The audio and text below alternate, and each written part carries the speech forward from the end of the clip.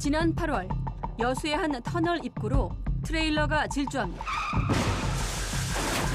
차량들로 꽉 막힌 상황이었지만 속도를 줄이지 않고 달려오는 트레일러. 결국 앞차를 들이받고 차량 10대와 부딪히는 대형 연쇄 추돌 사고를 낸 후에야 간신히 멈춰섰습니다.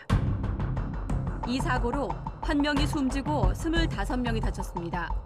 사고의 원인은 다름 아닌 트레일러 기사의 졸음운전 때문이었습니다. 최근 평창 봉평 사고부터 여수 마레터널 사고까지 대형 차량의 사건 사고가 이어지면서 대형차는 일반 운전자 사이에선 두려움이 대상이 됐습니다. 한번 사고가 나면 수십 명의 사상자를 내는 대규모 참사로 이어지기 때문인데요. 최근 3년간 고속도로 위에서 벌어진 175건의 화물차 졸음운전. 우리는 그 근본적인 이유를 찾아보기로 했습니다.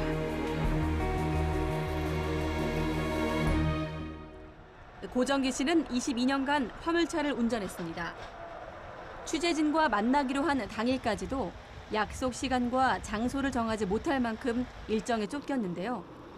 겨우 약속을 잡아 그를 만났지만 그마저도 다음 장소를 향하는 고속도로 톨게이트 앞이었습니다.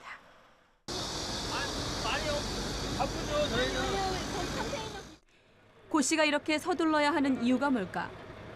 화주가 원하는 시간에 이 차를 갖다 대지 못하면 실질적으로 그 화주한테 크레임이 들어오잖아요. 네. 그럼 운송사는 이제 그런 게 누적되다 보면 실질적으로 이제 계약에서 불이익을 받는다고. 그러다 보면 이제 운송사에서도 좀 독촉을 하는 편이고 못 맞추면 저한테는 오다가 안 오는 거예요.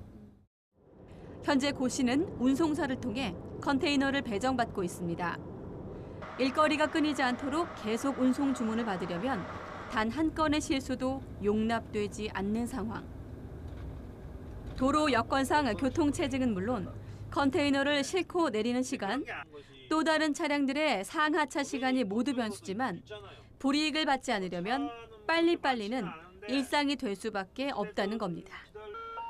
상황이 이렇다 보니 남들에겐 평범한 일상도 고 씨에겐 사치가 돼버렸습니다. 남들은 아침에 출근해서 저녁에 퇴근하는데 저희들은 일요일날 저녁에 출근해서 토요일날 새벽에 퇴근하는 거. 그러니까 저희들 같은 경우는 남들 일하는 시간에 일해야 되고 남들 자는 시간에도 일을 해야 되고 결국에는 24시간 일을 한다는 거지. 결국 자는 것은 차에서 자고 먹는 거는 휴게소에서 먹어야 되고. 의식주 모두를 차 안에서 해결해야 하다 보니 화물차는 이미 작은 살림집입니다. 이제 속옷 같은 거 이런 거 있는데. 그럼요. 이렇게 이제 옷하고 뭐 양말하고 뭐 이제 속옷하고 이렇게 일주일 이제 이렇게 가져오죠. 그리고 또 세면도구는 또 별도로 있고. 이런 고 씨를 힘들게 만드는 건 또 있습니다. 하루 평균 900km, 한 달로 치면 15,000km.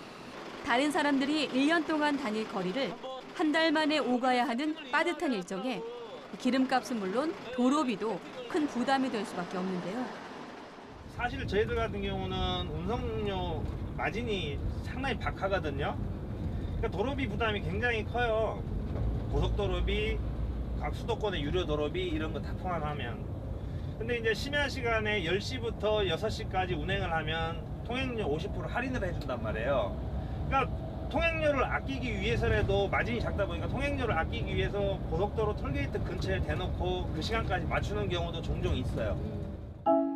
최근 계속된 대형차 졸음운전 사고를 알고 있지만 통행료 할인을 생각하면 밤샘 운전은 포기할 수 없습니다. 저게 내일 수도 있다 이런 생각이 들거든요. 굉장히 불안해요. 저희들 입장에서 보면 제도적으로 참 어쩔 수 없이 저렇게 할 수밖에 없는 그런 구조적인 문제에서 발생하는 거기 때문에 더 안타깝죠. 이런 그에게 최근 걱정거리가 또 하나 늘었습니다. 정부가 안전을 고려해 내년부터 화물차의 연속 운전 시간을 4시간으로 제한한다고 밝혔기 때문입니다. 급한 화물을 싣고 운행을 하는데 내가 운행 시간이 4시간이 넘어가는 시점이란 말이에요. 그럼 일단 갓길에 세워놓고 30분을 휴식을 취해야 된다는 얘기예요. 착시 현상만이 불러일으키는 거지 근본적인 문제 해결이 안 되고 있다고. 취재진과의 짧은 만남을 마치고 또다시 급하게 높은 화물차에 오르는 고정기 씨.